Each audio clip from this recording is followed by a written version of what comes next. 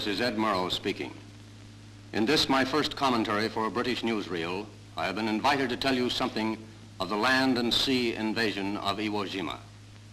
And there it is, Iwo Jima, 8 square miles of volcanic rock. To 2 divisions of the United States Marines fell the task of creating that bridgehead, 4,500 yards wide. The greatest United States force ever assembled in the Pacific closes on Iwo Jima. 800 ships and thousands of small landing craft head for the island.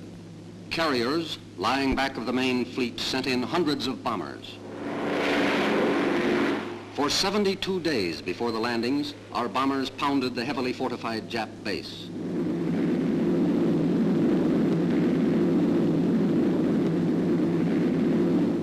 Suribachi, 546 feet volcano, guards Iwo, and heavy, dangerous flak threatens planes coming in to dive bomb shore positions.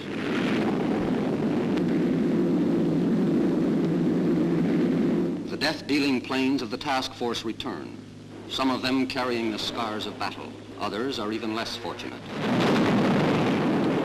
Breaking free of the wreckage, the pilot swims until help arrives. Our battleships struck 10 separate times at Iwo to soften it up.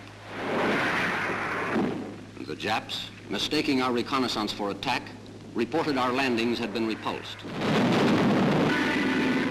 3 days and nights of thunder and flame preceded the actual landing.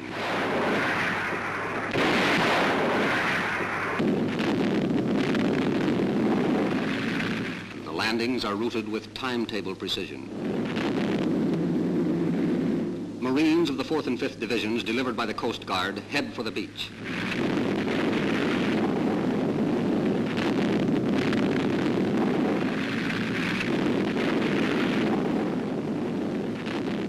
Further protection is provided by a cover barrage of light guns and rockets. 40,000 Marines are rushed to the desolate shores of the island. So important is the plan for victory over Japan. Enemy planes based on Iwo's 2 airfields were a continual menace to our big B-29s passing near this base on the round trip to Tokyo.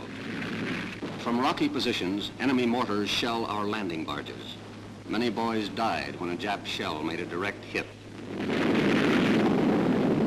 Under murderous fire, the landings continue. The Japs spent a generation fortifying Iwo Jima, realizing its great strategic value. But the Marines never heard the word impossible, and they achieved the first successful military breach of Japan's historic boundaries. Casualties are heavy. 2,000 heroic Marines died on Iwo's bloody shores. Iwo's black volcanic sands make treacherous going. Through the slit of a tank, the camera catches the advance on Motoyama Airfield, which will soon serve our bombers. The dogged attack rolls up the field, and shell fire destroys many enemy planes caught on the ground. Tank flamethrowers pour a withering blast at Jap pillboxes.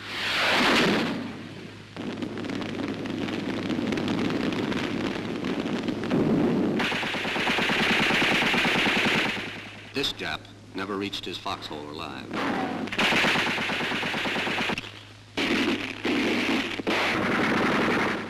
Transports, lying offshore, await the arrival of the few Jap prisoners taken. In nearly 2 weeks, only 85 surrendered. Half of them Korean slaves of the Japs.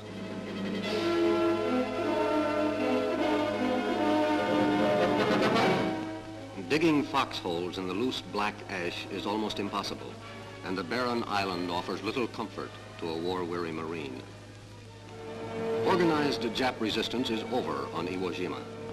This was the toughest single action of the Pacific War.